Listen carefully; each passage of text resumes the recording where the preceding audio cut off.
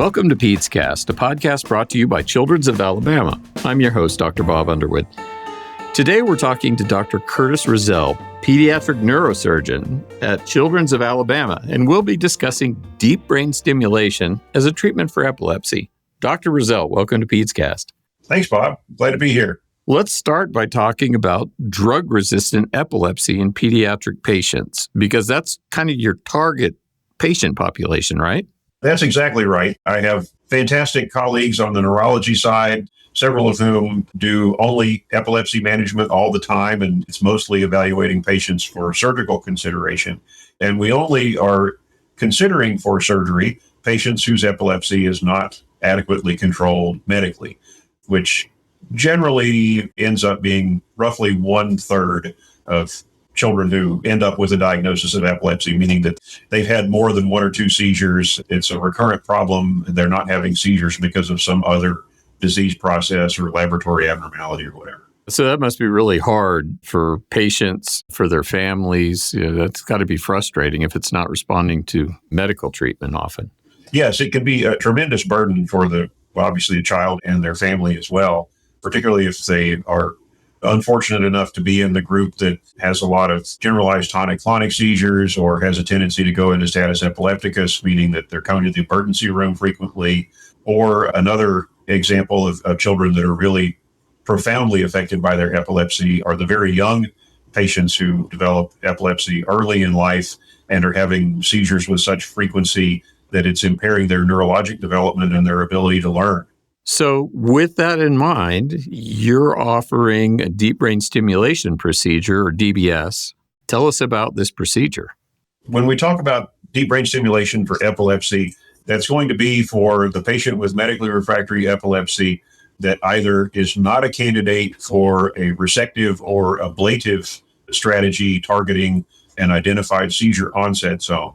So that either could be because they have a generalized epilepsy, or it could be that they have failed previous either resective or ablative surgery because we thought we had identified the seizure onset zone and we treated that, and they either didn't improve much or they improved for some period of time. Maybe they were seizure-free for an interval of 6 months or a year or two, and then their seizures come back. And unfortunately, we sometimes run into the situation where we can resect what we believe the seizure focus to be up to a certain point. And then if we're looking at potentially having to resect eloquent cortex, which cortex that's responsible for an important function, whether it be language, memory, motor function, then we have to think about these alternative strategies. So deep brain stimulation is one of those options.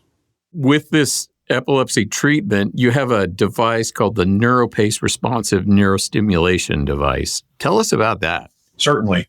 Deep brain stimulation has been around for a long time, mostly for movement disorders. And then in the past, decade or two, been applied more and more often for the treatment of medically refractory epilepsy. The stimulators that drive a deep brain electrode array for a movement disorder, they stimulate on a schedule, but they don't respond to what's going on in the brain. So the NeuroPace device is called a responsive neurostimulator system because it can record EEG from the electrodes wherever they are placed in the brain. The first phase when a patient receives one of these devices is a recording phase, and the device records whatever electrical activity is at the electrode contacts where they are implanted. And on a daily basis, either the patient or the patient's caregiver has to use a wand to download via Bluetooth the EEG recording from the previous day. And then that gets uploaded to the company, and over a course of weeks to more likely a month or two, there will be enough data recorded that the epileptologist can recognize that a pattern of EEG activity that occurs just before the patient's clinical seizure starts. So once that signature is identified and determined to be consistent and reliable, then the device can be transitioned to an active mode such that whenever the device sees this pattern, it will then apply a stimulus through the same electrodes, which most of the time will then prevent the seizure from happening. That is absolutely fascinating. Yeah, it's a little bit like the latest generation of cardiac pacemakers that sense what's going on in the heart and then respond to it. So it's a similar paradigm. That's exactly what I was thinking is, an implantable defibrillator operates in much the same way. It's just picking up a different electrical signal. Right. Yeah. Defibrillator, that's probably an even better analogy than the modern pacemakers. Just amazing to me. So how do you determine where to put the electrodes? From a simple surgical perspective, I put the electrodes where the epileptologist tells me to put them. Fair enough. From a more scientific perspective, for patients with generalized epilepsy in whom we're targeting a deep brain structure, there are two that probably have the greatest combined experience with implanting deep brain electrodes for epilepsy, whether they're connected to one of the older generators, which were initially developed for movement disorder, or if they're connected to the NeuroPace responsive neurostimulator system. And they're both in the thalamus. And the two sort of options are the centromedian nuclei or the anterior thalamic nuclei. Our experience thus far, I've not been asked to put any in the anterior thalamic nucleus, so I've put about a half a dozen in bilateral centromedian nuclei, the thalamus. So about 6 patients so far, bilateral implants each.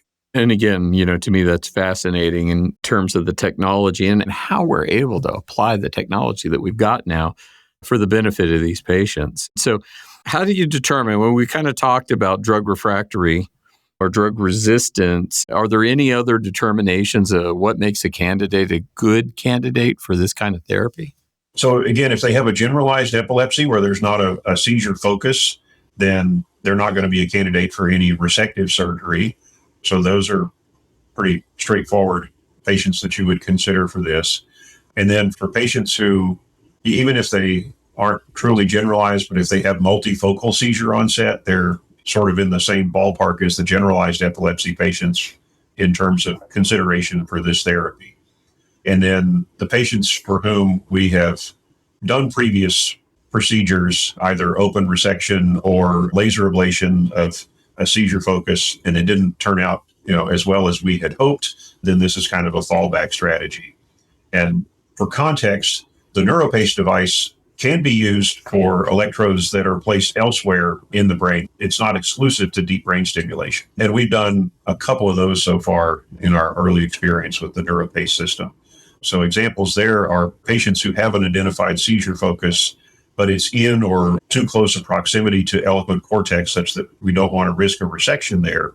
So the best example was one we did late last year, someone with temporal lobe epilepsy, and it was their dominant temporal lobe. So rather than resecting that and giving them prohibitive deficits, we put one depth electrode in their hippocampus, and then we put a subdural electrode on the surface, the undersurface of their temporal lobe, and connected those to the RNS system. And so it works the same way, whether the electrodes are in the thalamus or around a seizure focus that's been identified. It's amazing and great case examples as well. So what kind of results are you seeing from these patients post-procedurally? Well, knock on wood, we haven't lost any of the devices to infection. Nice. We did have one patient who developed an epidural hematoma underneath the device after it was implanted, which we took out the next day. And then that device is still in place and working well for that patient.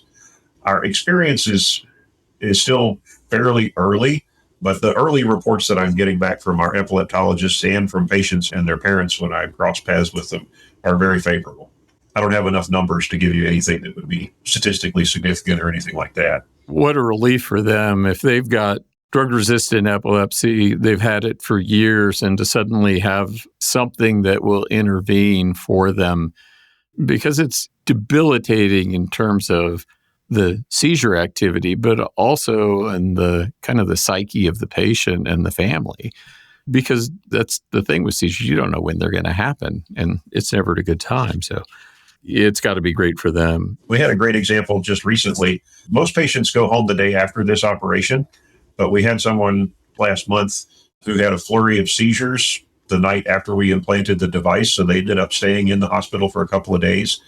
The nice thing about them having the flurry of seizures was the epileptologist was able to go ahead and start the therapeutic mode much earlier than what we typically do. And when I saw them for their post-op check a couple of weeks later, The family already had noticed a difference, decreased seizure frequency, and the patient was more alert and interactive and so forth. That's amazing. That's just a wonderful benefit for the patient.